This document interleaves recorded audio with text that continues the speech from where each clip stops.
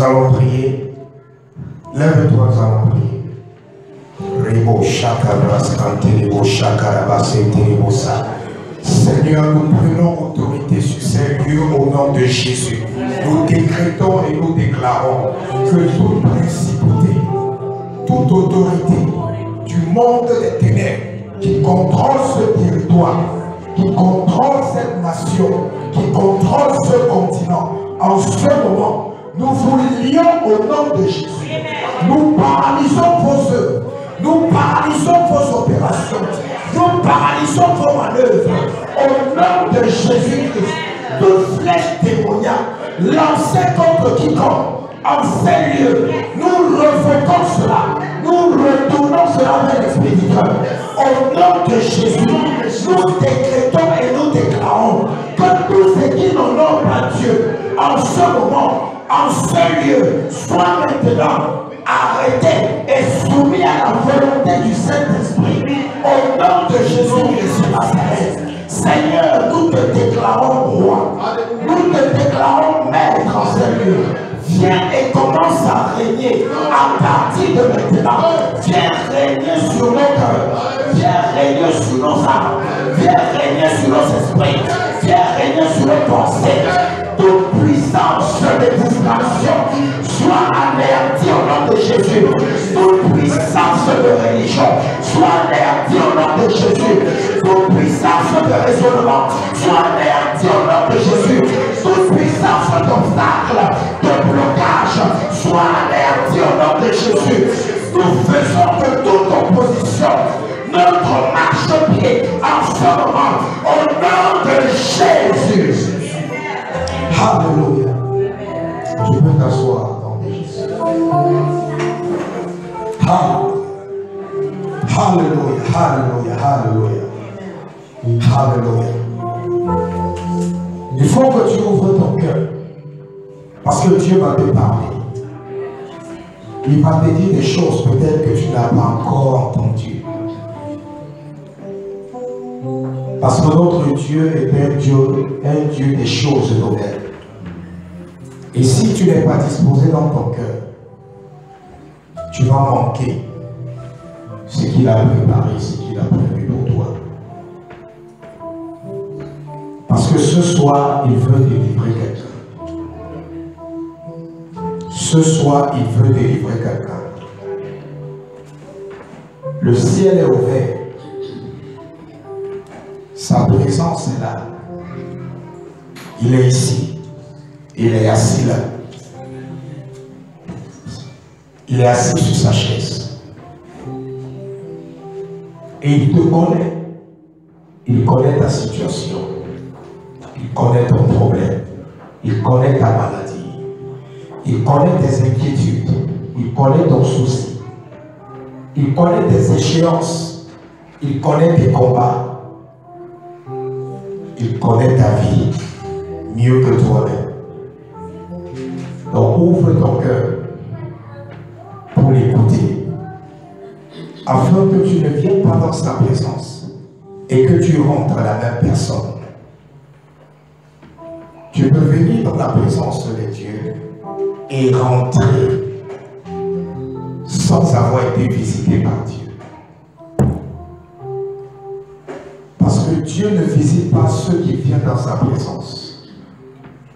Dieu visite ceux qui viennent dans sa présence et ceux qui sont disposés à recevoir ce qu'il a prévu. Et pour recevoir de Dieu, il faut ôter les limitations, il faut ôter les raisonnements, il faut ôter les sciences. Il faut être pauvre en esprit, comme un petit enfant. Parce qu'il a dit, ceux qui sont comme eux sont les plus grands au royaume des cieux. Donc dispose de ton cœur. Et Dieu va te parler. Et Dieu va te délivrer. Au nom de Jésus-Christ. Tu vas ouvrir ta Bible dans le livre de 1 Samuel chapitre 16. 1 Samuel chapitre 16.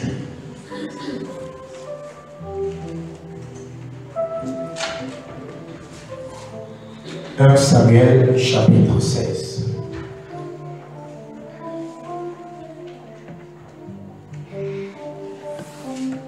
Samuel chapitre 16.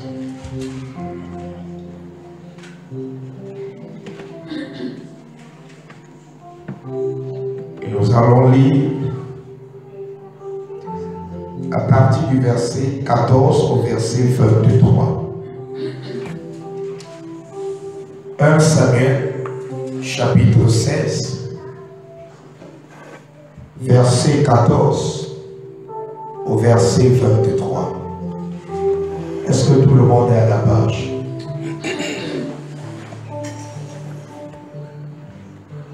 Nous allons lire.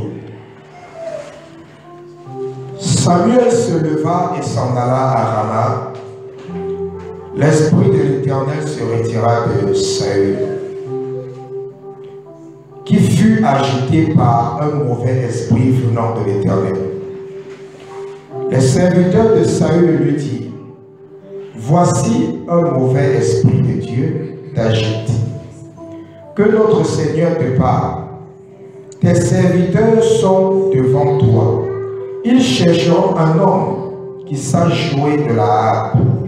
Et quand le mauvais esprit de Dieu sera sur toi, il jouera de sa main et tu seras soulagé.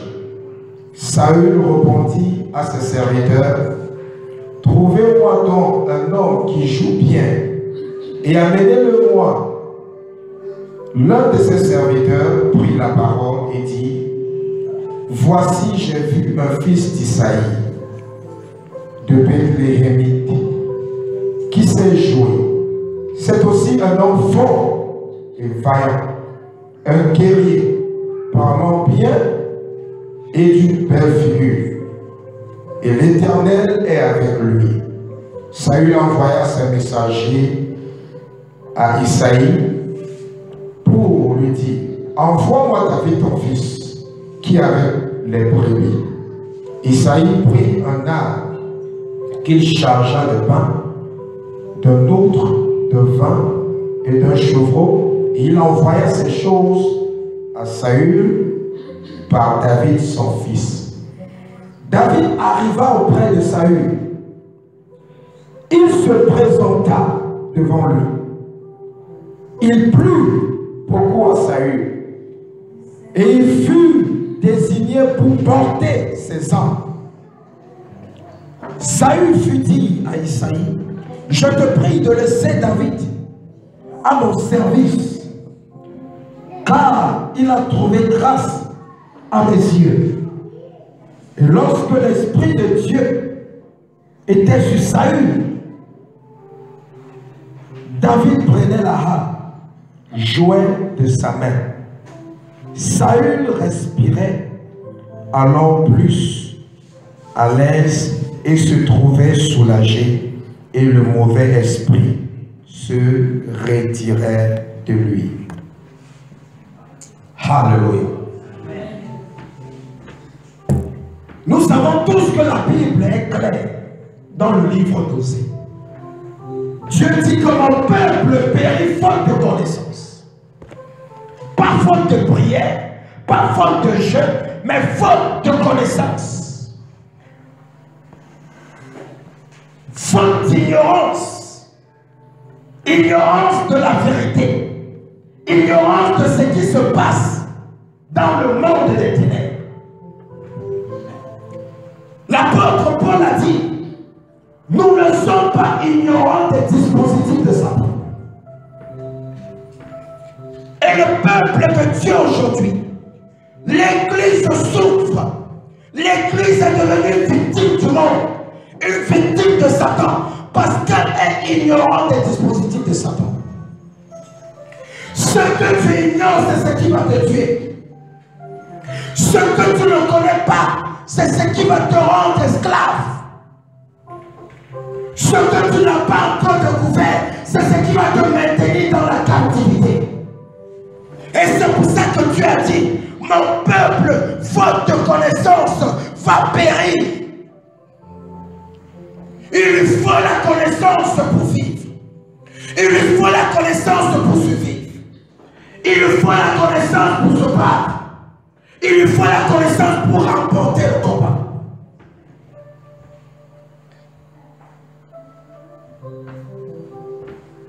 La Bible nous parle de Saül. Le roi Saül. Il a désobéi à Dieu. Et parce qu'il a désobéi à Dieu, la Bible dit, Dieu a relâché un mauvais esprit pour tourmenter Saül. Et ce mauvais esprit a passé tout son temps à mettre Saül mal à l'aise. Et ce mauvais esprit avait été relâché par Dieu.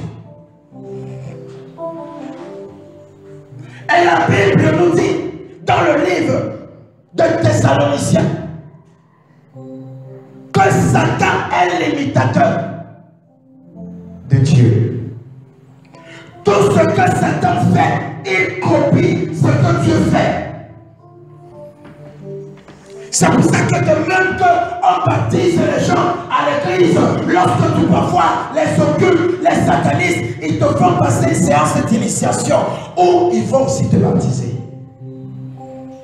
Il imite ce que Dieu fait, mais pour le compte des ténèbres. C'est pour ça que de la même manière que quand tu vas à l'église, tu pries, lorsque tu vas voir un agent satanique, il va faire ses incantations. De même que les chrétiens jeûnent, les sorciers, les occultes jeûnent aussi. Mais ils le font pour le compte des ténèbres. Satan imite tout ce que Dieu fait.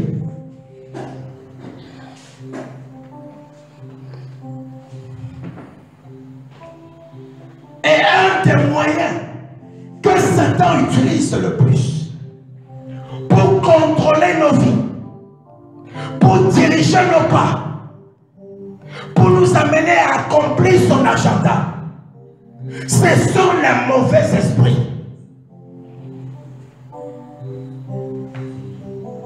Les mauvais esprits, ce sont les démons. Certaines personnes disent que non, ce n'est plus d'actualité. Et c'est à cause de ça que l'église est emprisonnée, que l'église est enchaînée, que les gens se retrouvent en train de faire ce qu'ils ne veulent pas faire. Les mauvais esprits. La Bible nous parle de Saül, qui était tellement inconfortable. Et lorsque le mauvais esprit l'agitait, il se levait pour essayer de tuer David. Ce n'était pas son désir de tuer David. Ce n'était pas sa volonté de tuer David. Mais lorsque le mauvais esprit commençait à l'influencer, il perdait le potentiel de décider de ses actions, de son comportement, de ses émotions et de ses sentiments. Et c'est ce qui t'arrive. Tes sentiments sont contrôlés par les esprits méchants. C'est pour ça que tu peux lire une parole de réconfort dans la Bible, mais tu continues à pleurer. C'est pour ça que tu peux être malade et tu lis dans la Bible où Dieu dit que par les meurtrissures de Christ, tu as été guéri, mais tu continues à ressentir le mal, tu continues à t'inquiéter. Pourquoi? Tu es contrôlé par des esprits maléfiques. Il t'amène à faire ce que tu ne veux pas. Il t'amène à vivre d'une manière qui ne te plaît pas. Il t'amène à te comporter d'une manière qui ne te plaît pas.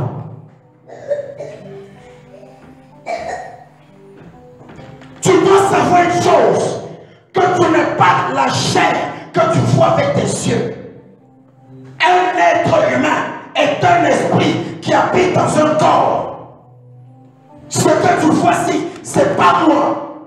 Moi, je suis l'esprit qui habite dans ce corps. Toi, tu es l'esprit qui habite dans ce corps. Et quand les esprits méchants viennent te contrôler, viennent t'amadouer, viennent diriger ta vie, ils attaquent ton esprit. Et ton esprit envoie les informations à ton corps. Et ton corps se met à se comporter comme il veut.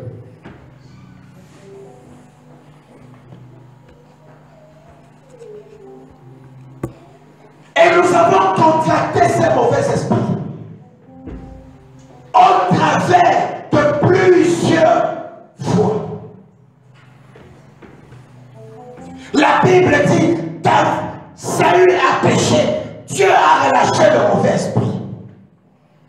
Il y a eu désobéissance, et la désobéissance a donné le droit légal au mauvais esprit de venir siéger, de venir habiter, de venir contrôler la vie de Saül avec une télécommande spirituelle.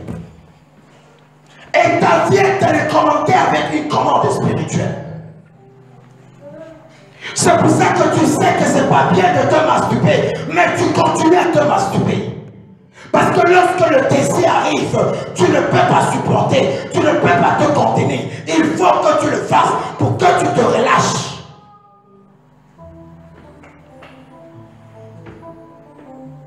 Même Paul a dit, qui me délivrera, pauvre que je suis, qui va me délivrer? Parce que je me retrouve en train de faire ce que je ne veux pas. Et ce que je veux faire, je ne fais pas. La Bible dit la volonté est là. Le cœur est disposé, mais la chair est faible. La chair est faible. Et comment est-ce que la chair est faible?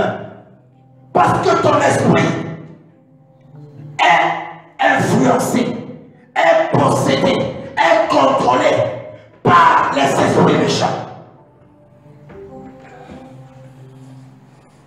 Et les esprits méchants s'en foutent de ton poste. Ils s'en foutent de ton titre. Ils n'ont que faire si tu es pasteur, si tu es serviteur. Ils n'ont que faire qui tu es. Lorsqu'ils portent ouvert, ils s'introduisent, ils s'installent et ils contrôlent. Et c'est pour ça que vous voyez les scandales dans le corps de Christ. Vous voyez les scandales à l'église. Des gens qui tombent tous les jours, ils se relèvent. Ils tombent tous les jours, ils se relèvent. Ils se repentent, ils tombent le jour qui suit. Ils se repentent, ils tombent la semaine qui suit. Ils se repentent, ils tombent l'année qui suit. Qu'est-ce qui se passe? Il est contrôlé.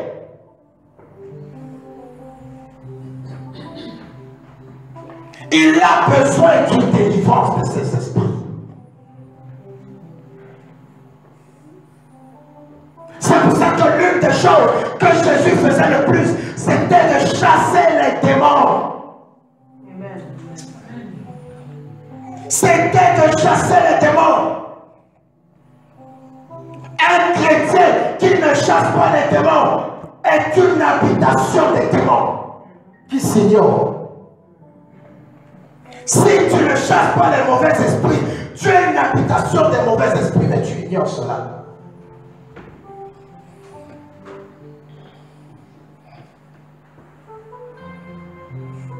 Ta vie est contrôlée. Tu fais ce que tu ne veux pas, à cause de toi. Parce que tu as contracté des choses. Certains d'entre vous, vous avez contracté les mauvais esprits au travers de la désobéissance. D'autres ont contracté ces esprits lorsqu'ils sont allés rencontrer des féticheurs, des marabouts, des occultistes, des voyants.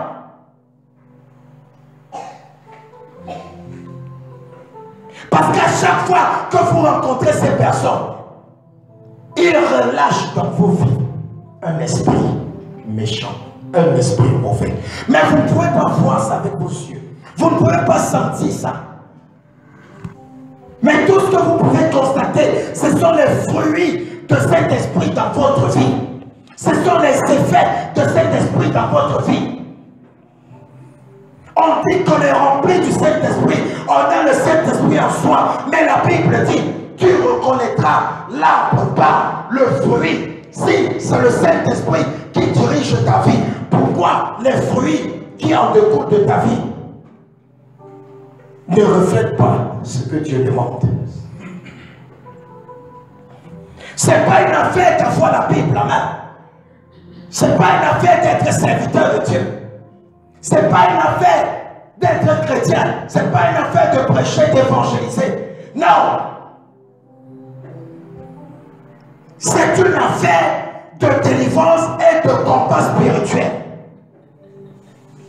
Il n'y a pas ça dans ta vie. Tu es victime de Satan. Et tu vas vivre comme un cadavre ambulant. Et l'église est remplie de cadavres ambulants. On est vivant physiquement, mais spirituellement, on est mort. C'est pour ça qu'on est pauvre. C'est pour ça qu'on est célibataire. C'est pour ça qu'on est stérile. C'est pour ça qu'on est malade. C'est pour ça qu'on vit dans la fraude. On vit dans le mensonge. On vit dans l'impudicité. Pourquoi? On est des morts ambulants.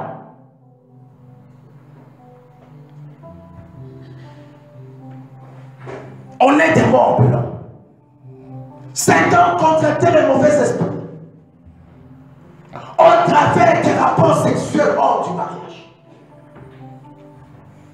Au travers de la fornication, ils ont contracté ces esprits. Au travers de l'adultère. Parce que la Bible dit, lorsque tu vas vers la prostituée, vous devenez un. Vous devenez un. Vous devenez un. Tous les esprits qui sont dans cette personne se transfèrent dans ta vie. Et tout ce qui est dans la vie tout ce qui est dans ta vie se transfère dans la vie de cette personne. Et beaucoup d'entre vous, vous êtes remplis des esprits méchants. C'est pour ça que lorsque vous jeûnez, vous vous sentez fort. Lorsque vous priez, vous vous sentez fort. 5 minutes après, les mêmes désirs d'impudicité reviennent. Le même désir de voler revient. Le même désir de convoiter revient. Le même désir de mentir revient. La même jalousie revient. Tu sors d'un jeûne de 40 jours. Tu penses que tu es gonflé à bloc. La minute qui suit, tu refais le même péché pour lequel tu as jeûné pendant 40 jours. Lorsque tu vois que dans ta vie, il y a une situation qui persiste, une situation que bien que tu déploies les efforts, il n'y a pas de changement, sache que il faut la délivrance. Amen.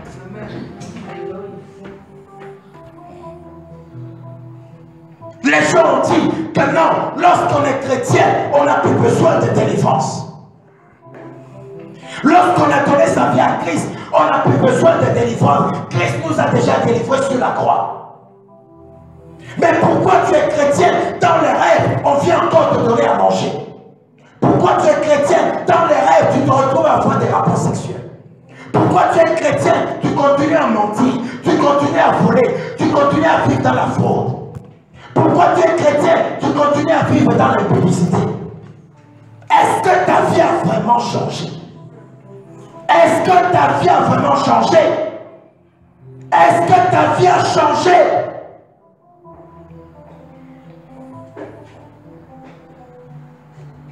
Toute personne qui n'est pas délivrée, quel que soit son amour pour Dieu, cette personne sera une victime de Satan et ne va jamais accomplir sa destinée sur terre. Amen. Quel que soit ton amour, ce qui nous sauve, ce n'est pas l'amour, c'est l'application, c'est la connaissance et l'application des principes de Dieu dans nos vies.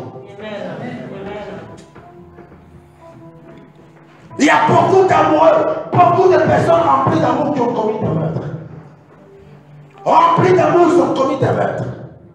Ils regrettent ce qu'ils ont fait. On a vu des gens dire, je ne sais pas, pasteur, je ne sais pas, je n'arrive pas à me contenir, je vois toujours les trucs pornographiques, je ne sais pas, et je sors, lorsque je m'en vais coucher avec des femmes, après avoir couché avec une femme, je me rends compte que qu'est-ce que je viens de faire? Et je commence à voir mal pour ma femme que j'ai laissée à la maison. C'est comme si, pasteur, je perds la tête. Lorsque j'accomplis ces désirs, je reviens à moi-même. Mais c'est quand j'ai déjà posé l'acte. Tout le temps, c'est la même chose, pasteur. Il aime sa femme. Il est amoureux de sa femme. Il aime son mariage. Il aime son foyer. Mais quand l'influence vient, il ne peut pas se contenir.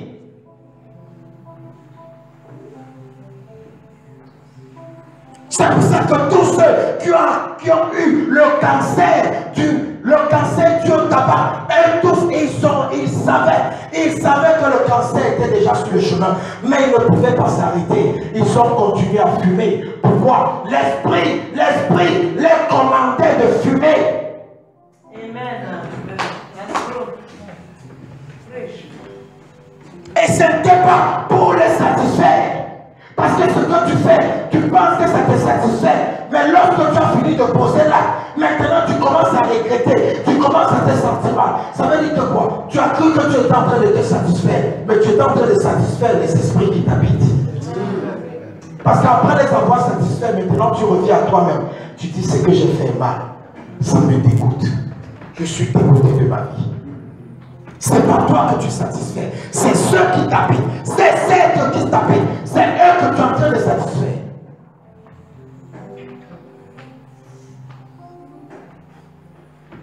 Beaucoup de personnes, on les a lancées seulement les mauvais esprits. Quelqu'un a constaté que tu avais la grâce sur ta vie. Quelqu'un a constaté que tu avais la promotion dans ton lieu de service. Quelqu'un a constaté que tu avais des potentiels, que tu devais réussir. Ils ont lancé un esprit pour créer un désordre dans ta vie, pour créer une affliction dans ta vie. Comme une jeune fille qui est passée devant une dame et elle n'a pas salué la dame, elle n'a même pas prêté attention qu'il y avait une dame. Elle passait sa route et la dame était assise. Elle a dit, quand tu es passé sans me saluer, tu seras une prostituée. Et la fille commence à grandir, elle commence à être émancipée, elle commence à avoir des désirs d'aller avec les hommes, elle n'est jamais satisfaite. Le jour de sa délivrance, Dieu revient. Et elle se souvient. Mais ça a été lancé sur elle quand elle était petite. Beaucoup d'entre vous, vous souffrez de ce qui a été relâché dans vos vies quand vous étiez encore petit. Certains d'entre vous, ça a été relâché même depuis le ventre de vos mamans. Depuis quand vous étiez dans le ventre, vos parents ont consulté des occultistes. Vos parents ont consulté des marabouts pour les protections. Certains d'entre vous, l'esprit du rejet a été relâché. Pourquoi? Quand tu étais dans le ventre, il y avait des disputes entre ton père et ta mère. Ça a relâché l'esprit de rejet.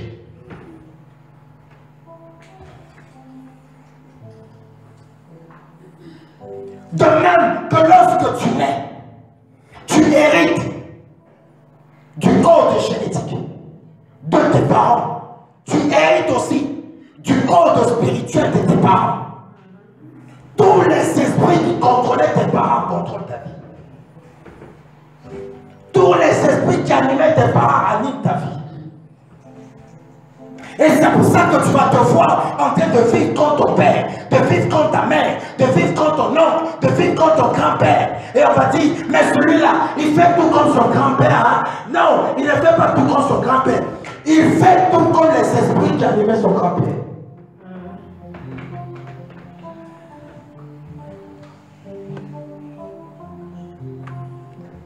Qui contrôle ta vie, qui dirige ta vie, qui influence ta vie. Parce que si c'était le Saint-Esprit, tu ne devais pas avoir des problèmes. Si c'était le Saint-Esprit, tu ne devais pas souffrir. Si c'était le Saint-Esprit, tu ne devais pas pleurer dans ta chambre. Si c'était le Saint-Esprit, tu ne devais pas te voir en train de faire ce que tu ne veux pas. Parce que le Saint-Esprit ne va jamais te forcer de faire quelque chose. Il va t'inspirer, il va te conseiller, il va te recommander, Il va te suggérer. Mais les esprits méchants, spirituellement, ils mettent un pistolet sur ta tête. Passe en action ou j'appuie sur la gâchette. Et c'est pour ça que tu fais ce que tu ne fais pas. Tu pars où tu ne veux pas partir. Tu dis, je ne sais pas ce que je m'en vais me faire là-bas. Je ne sais pas pourquoi je me lève pour continuer à aller là-bas. Je ne sais pas ce qui m'attire là-bas. Ce sont ces esprits-là.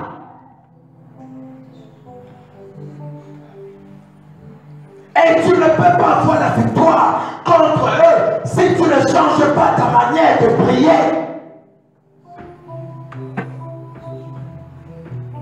C'est pas à Dieu de chasser les esprits. La Bible dit, Marc 16, verset 17, vous avez reçu le pouvoir. Voici les signes qui accompagneront ceux qui auront cru. À mon nom, ils chasseront les démons. Ça n'a pas dit, à mon nom, Dieu viendra chasser les démons. C'est à toi de changer ta manière de prier. C'est à toi d'être conscient que le monde physique que nous vivons n'est que la réflexion de ce qui se passe dans le monde spirituel. Dans le monde spirituel, ta vie est programmée. Ta destinée est programmée.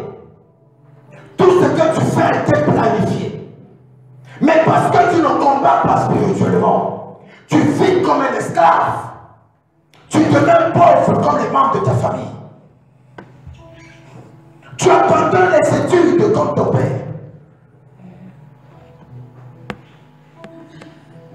Tu es malade comme ta mère.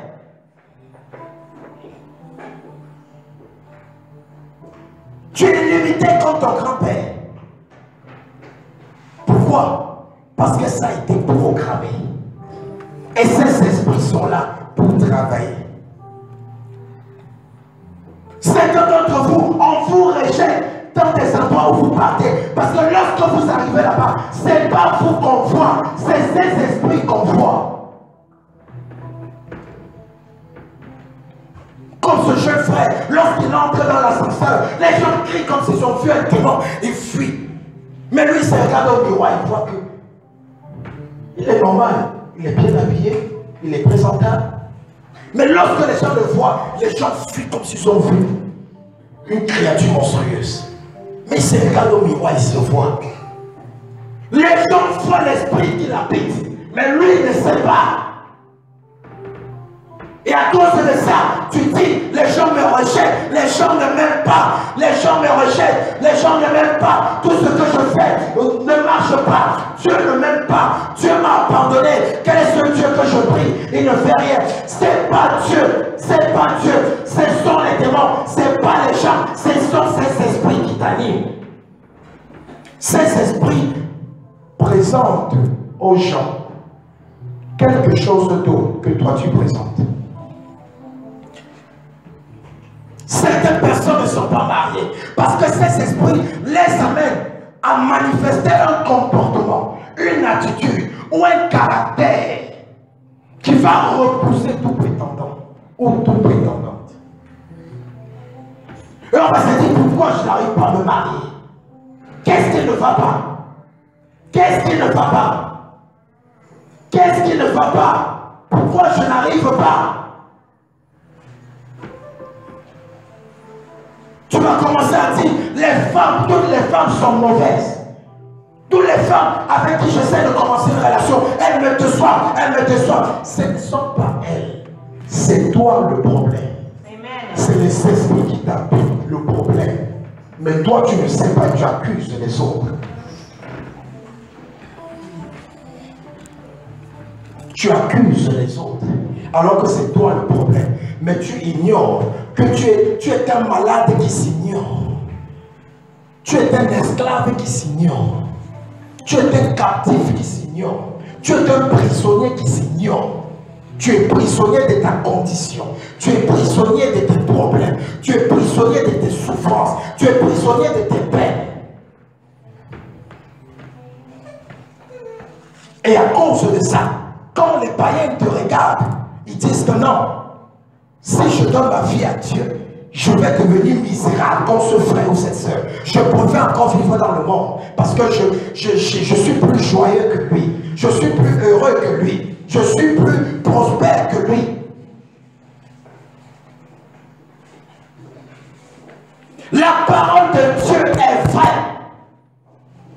Toute promesse qui a été dite dans cette parole, ça doit être manifeste dans la vie des enfants de Dieu. Si cette promesse ne s'accomplit pas dans ta vie, examine-toi. Il y a un étranger quelque part dans ta maison. Il y a un étranger quelque part dans tes pensées. C'est pour ça que tu es limité. C'est pour ça que tu as laissé les études. Tu passais toute la nuit à étudier. Tu passais toute la nuit à apprendre. Mais lorsque tu commences à composer, c'est comme si ton cerveau est vide. C'est comme si tu n'as rien compris. Ce n'était pas toi. Tu as cru que tu étais bête. Tu as cru que les autres étaient plus intelligents que toi. Non, non, non, non, non, non. Il y avait un esprit qui était là pour s'asseoir sur ton intelligence, pour que ton cerveau soit vide lorsque tu veux l'utiliser.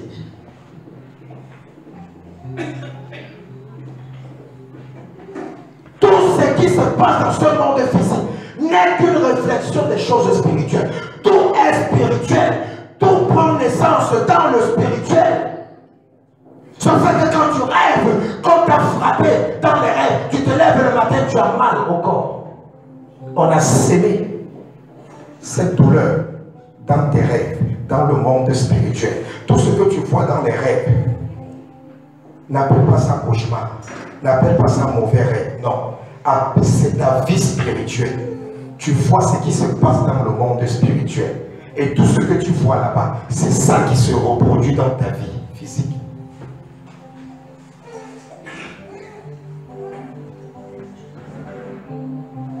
Saül aimait David à plusieurs reprises. Quand Saül poursuivait David, lorsque David était prêt à le tuer, qu'est-ce que Saül faisait? Il se repentait. Il regrettait. Pourquoi est-ce que je l'ai poursuivi? C'est écrit dans la Bible. Il dit que mais pourquoi j'en veux même à ce jeune bonhomme? Il n'a rien fait de mauvais. C'est comme ça que vous allez voir des gens se comporter d'une manière très méchante. Ce n'est pas eux. Ils ont besoin de délivrance.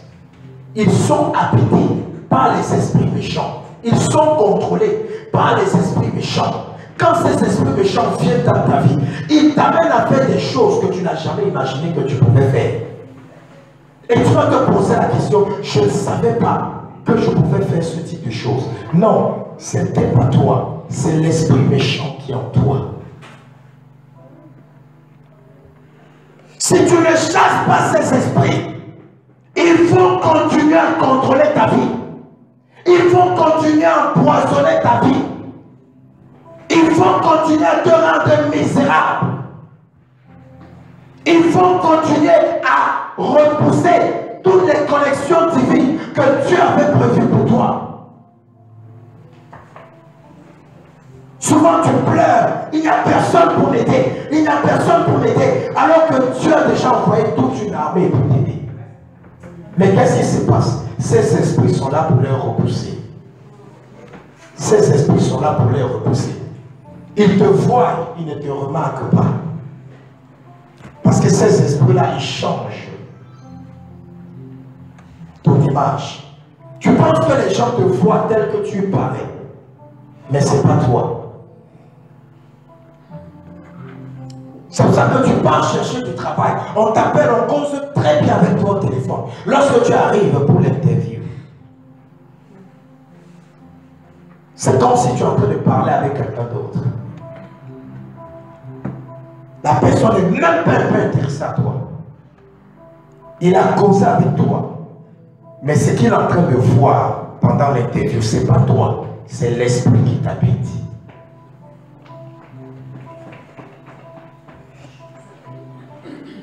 Il y a des femmes, dès que tu les délivres, leur visage devient comme un visage d'une fille de 13 ans.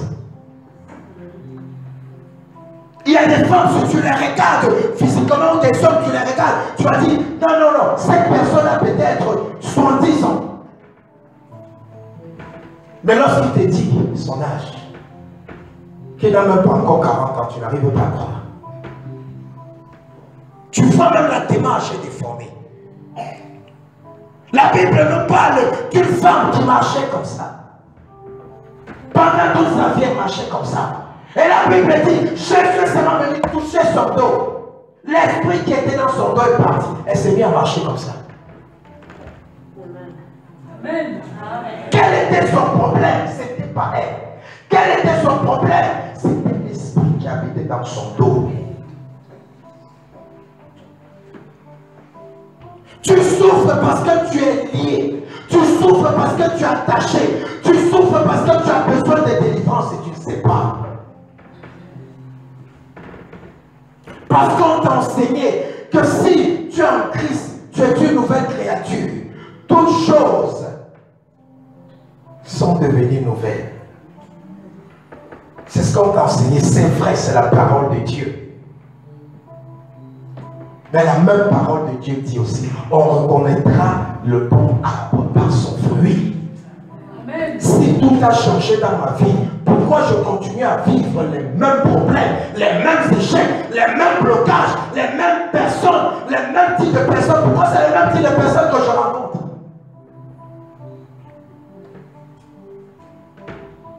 Ne soyons pas aveuglés par la religion, mais soyons réalistes.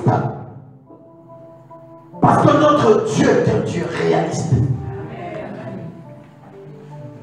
Il parle, tu vois. Il parle, tu vois. Il parle, tu vois. Mais si on parle, tu ne vois rien. Dieu n'est pas là.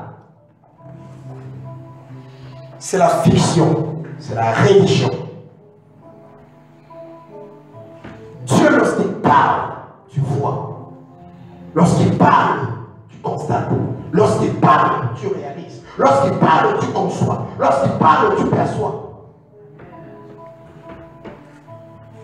Mais si ce n'est pas le cas, ce n'est pas lui. C'est la lettre. La lettre. Les paroles sans révélation. Les paroles vides. Sans esprit. Les paroles sans vie.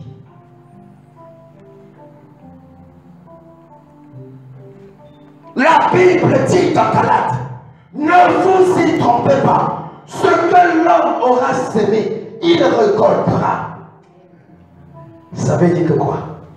Si ces démons sont dans nos vies, c'est parce qu'il y a quelque chose qu'on a fait pour leur donner le droit légal d'être là.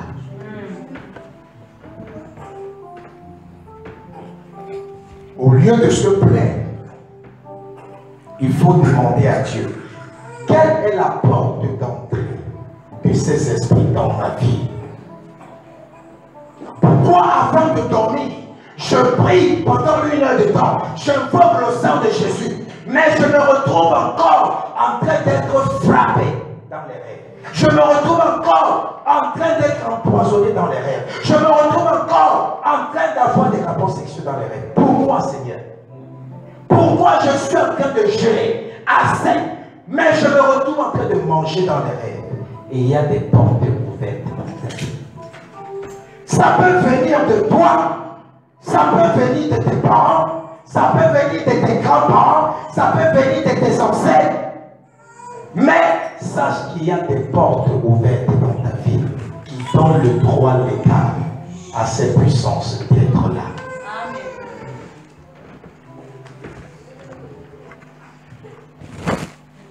C'est pour ça que Paul a dit, après sa délivrance, nous ne sommes pas ignorant des dispositifs de Satan.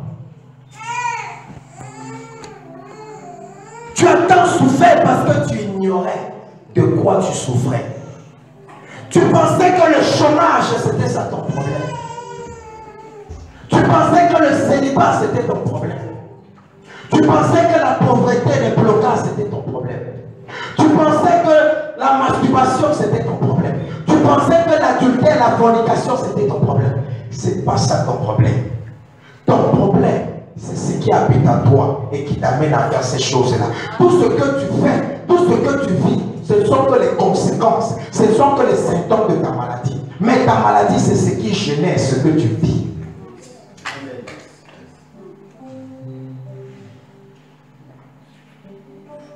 Et lorsque tu ne connais pas ton problème, tu vas prier mal.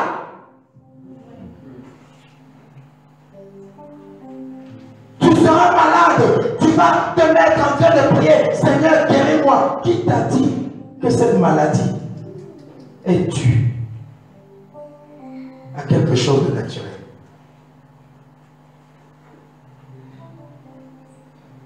Tu dois d'abord savoir quelle est l'origine de ton problème. Pour pouvoir adresser ce problème, tu dois savoir quelle est l'origine de ce problème. Tu peux avoir mal aux dents à cause d'un démon qui est dans ta gencive.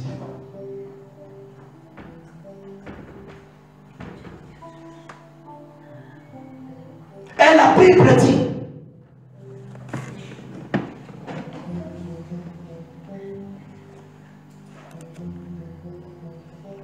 Samuel 16, la Bible dit, verset 22, Saül fit dire à Isaïe, je te prie de laisser David à mon service, car il a trouvé grâce à mes yeux. Et lorsque l'Esprit de Dieu était sur Saül, David prenait la harpe, jouait, et sa main, Saül respirait alors plus à l'aise et se trouvait soulagé, et le mauvais esprit se retirait de lui. Il y a quelque chose qui peut retirer un mauvais esprit de ta vie. C'est la présence de Dieu. C'est la présence de Dieu. Mais si la présence de Dieu est dans ta vie et que tu n'as pas identifié quel est ton problème, le problème va demeurer. Tu peux avoir des maux de tête. Et tu penses que ton problème c'est juste des maux de tête. Alors que peut-être tu as la fièvre qui a généré, tu as peut-être la grippe qui a généré ce mot de tête. On peut te donner les médicaments de la grippe. Tu bois ces médicaments, mais tu ne guéris pas. Parce que dans ta tête, tu sais que non, ce n'est pas la grippe dont tu souffres, c'est le mal de tête que tu as. La présence de Dieu peut être dans ta vie. Et ton problème demeure. Pourquoi? Parce que tu ne sais pas de quoi tu souffres. On ne peut pas aider quelqu'un dont on ignore de quoi il souffre. C'est pour ça que le docteur ne va jamais rien te prescrire lorsqu'il n'a pas identifié quelle est l'origine ou la source de ton mal.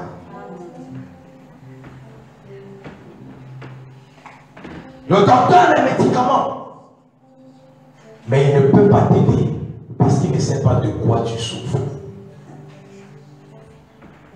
Tu peux être malade, on te dit va à la pharmacie. Utilise tout ce que tu veux là-bas. Est-ce que ça va guérir ta maladie? Non. Tu ne seras pas guéri. La présence de Dieu peut être dans ta vie. Mais si tu ignores de quoi tu souffres, tu vas continuer à souffrir bien que la présence de Dieu sera là. Mais Saül savait de quoi il souffrait. Il savait qu'il souffrait d'un mauvais esprit. Et c'est pour ça que lorsque la présence de Dieu, lorsque David qui était animé par l'Esprit de Dieu, commençait à adorer, cette adoration faisait partie de cet esprit méchant. Pourquoi? Parce que Saül savait de quoi il souffrait. Mais est-ce que tu sais de quoi tu souffres? Ce n'est pas une affaire de prier les prières que les autres ont priées pour avoir le résultat que les autres ont eu. Non, Jésus a guéri 3 aveugles, mais il les a guéris de différentes manières. Parce que l'origine de leur perte de vue était différente. C'est pour ça que l'autre, il a fait sortir de son village. Il a dit, sors du village. Lorsqu'il sort du village, il guérit ses yeux. Il lui dit maintenant, ne rentre plus dans ta vie. Et il ne dit à personne ce qui s'est passé. Va ailleurs. Va ailleurs.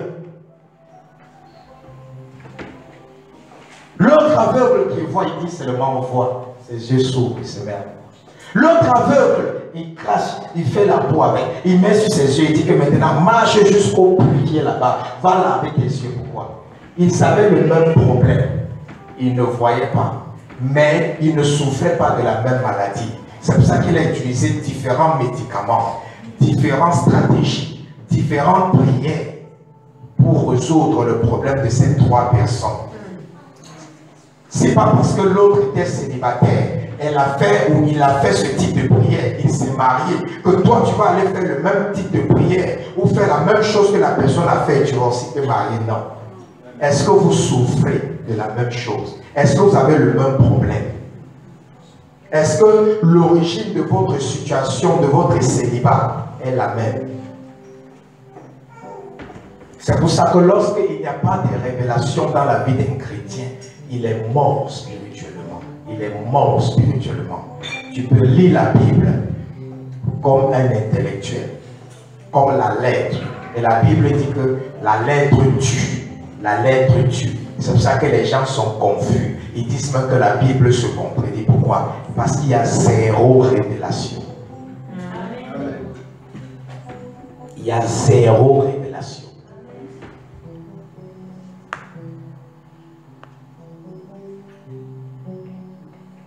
De quoi est-ce que tu souffres? Quel est l'esprit qui t'habite? Quel est le démon qui te contrôle? Parce que c'est de ça que tu souffres.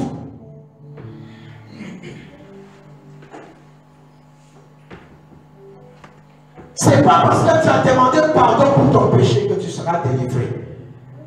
La prière de miséricorde ne te délivrera jamais. Ça te donnera une seule chose, la miséricorde de Dieu. Amen. La prière de supplication ne va jamais te délivrer d'une oppression.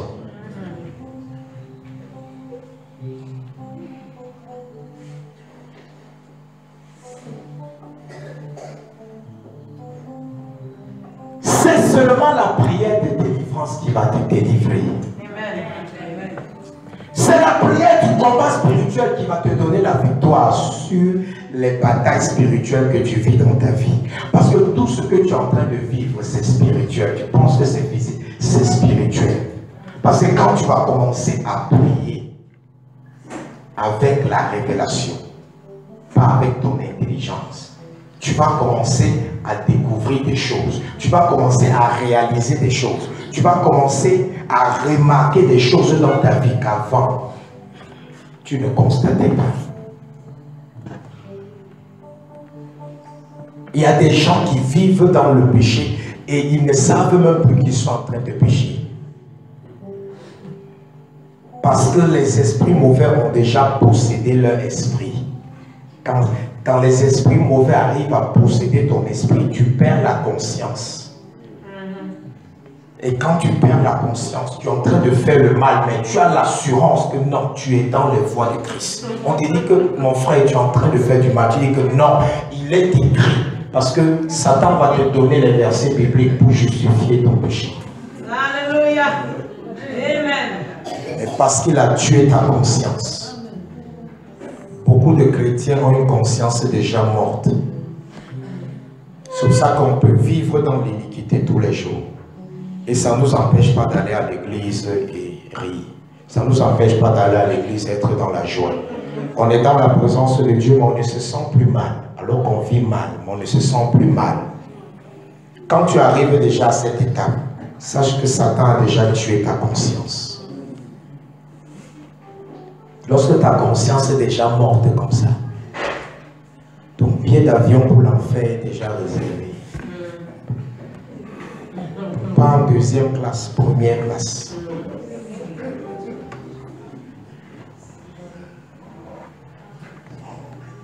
Alléluia. C'est déjà réservé.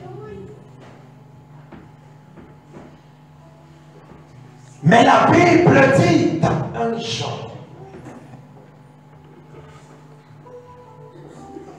que Jésus-Christ a apparu pour détruire les œuvres de Satan.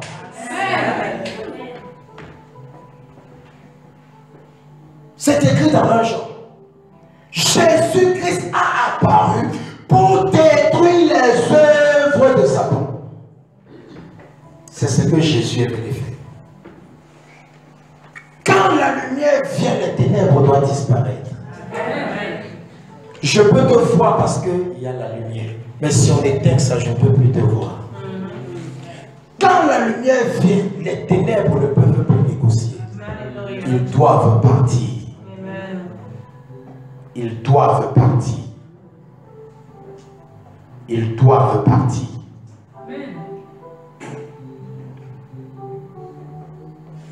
Et la solution est là. C'est quoi? C'est de connaître de quoi est-ce que je souffre. Tu te disais que c'était toi. Mais aujourd'hui, tu sais que ce n'était pas toi. C'est les esprits que tu as contractés. Soit à cause des péchés de tes parents, soit à cause de tes propres péchés, soit à cause des péchés de tes ancêtres et de tes aïeux. Comme la Bible nous dit, Dieu punit les péchés des pères sur les fils jusqu'à la 3e et la 4e génération. Toi, tu es la 40e génération dans ta famille. Est-ce qu'ils connaissaient Dieu, tes ancêtres? Est-ce qu'ils étaient nés de nouveau, tes ancêtres? Donc tu vois de quoi tu souffres. La Bible dit que les parents ont mangé des raisins verts, mais les dents des enfants ont été cassées. Qui a mangé les raisins verts? Ce n'est pas les enfants, mais les enfants sont nés avec les dents cassées. Il y a des enfants qui naissent déjà avec l'addiction au tabac, l'addiction aux drogues. Pourquoi? Parce qu'ils sont nés des parents drogués. Est-ce que c'est le problème, c'est l'enfant? Ce n'est pas l'enfant. Le problème, c'est ce que l'enfant a hérité. Qu'est-ce que toi, tu as hérité? Et qu'est-ce que tu as fait qui a ouvert les portes à ces esprits de venir dans ta vie?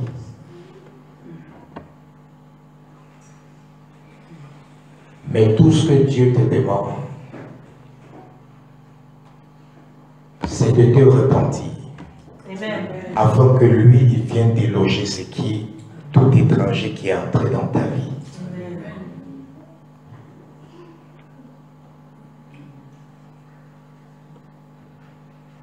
La condition à remplir, tu dois te repentir. Tu ne dois pas essayer de justifier ce que tu as fait. Justifier la vie que tu as faite. Dis que non, les gens m'ont poussé à faire ceci. Non, non, ce n'est pas le moment de la justification. Tu connais ce que tu fais dans ta vie qui n'est pas bien.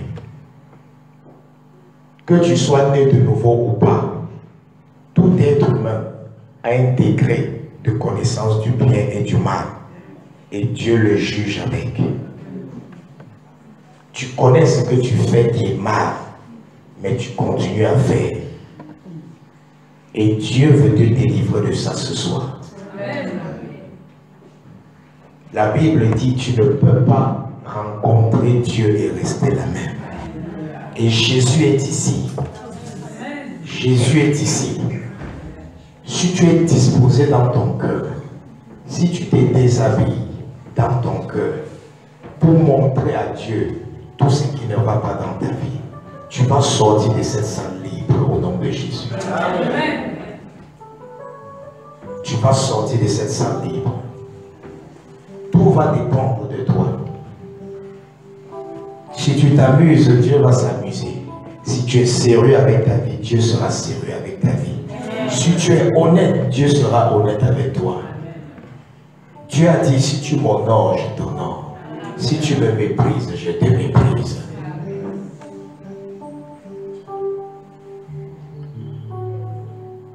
Alléluia.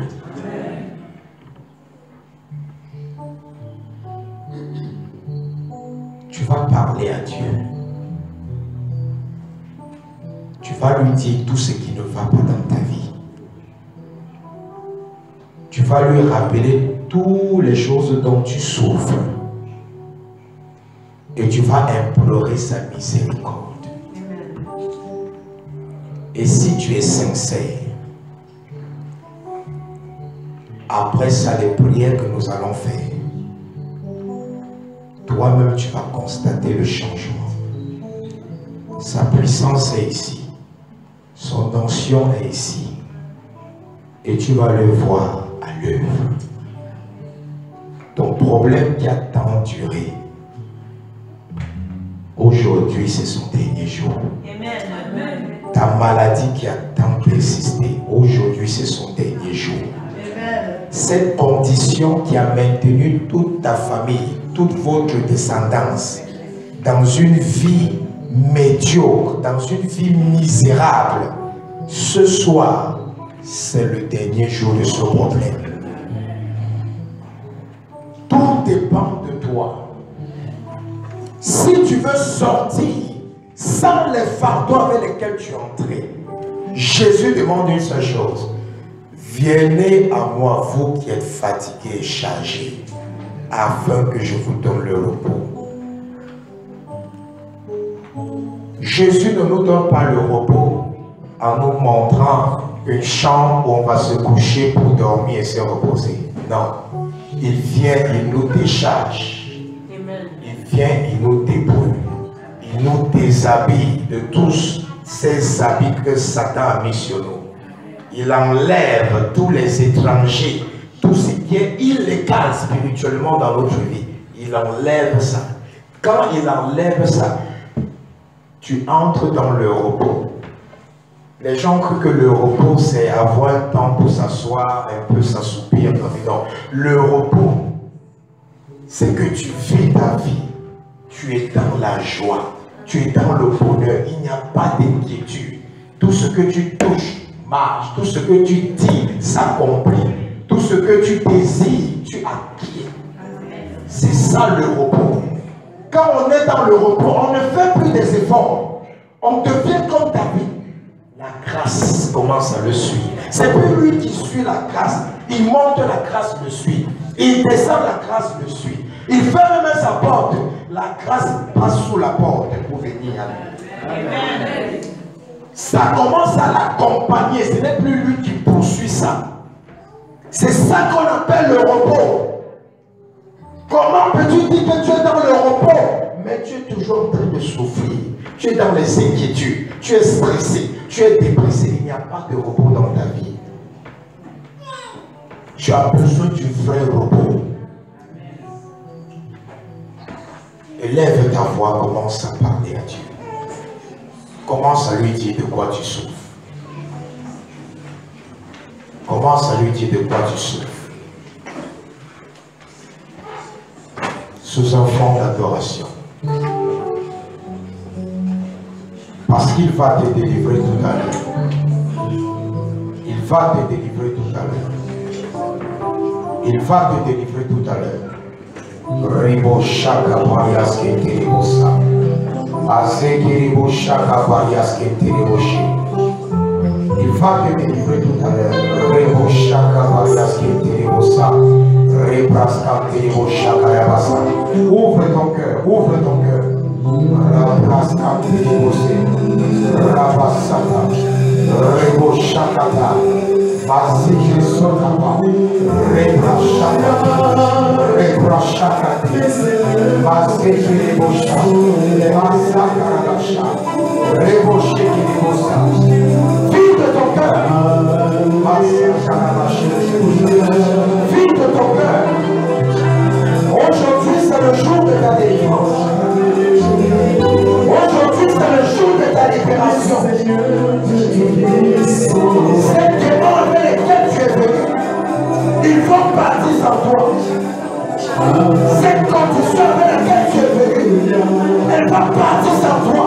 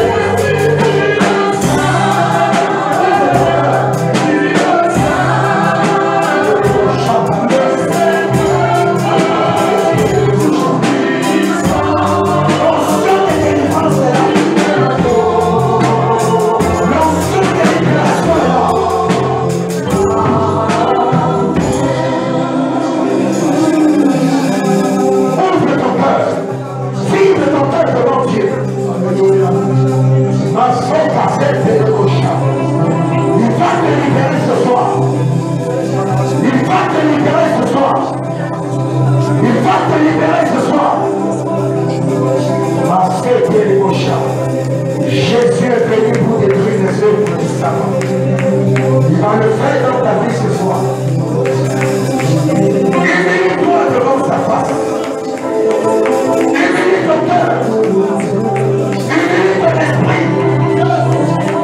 Parce qu'il va te visiter. L'esprit qui te menaçait, ce soir ça va partir. Ce soir l'empêcher de ça va partir. Cet démon qui te trompait, ce soir ça va te lâcher. Révo chaka révo chaka. Révo chaka révo. Masaka révo chaka. Andela braka révo chaka. Réva baba. Réva baba. Réva baba. Masaka révo chaka. Révo chaka révo chaka. Yes, Lord.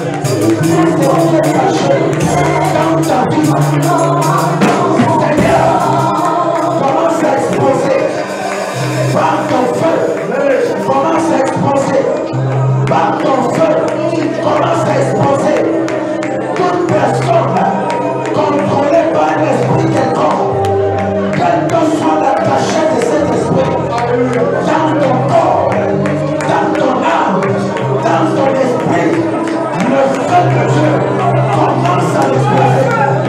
Le feu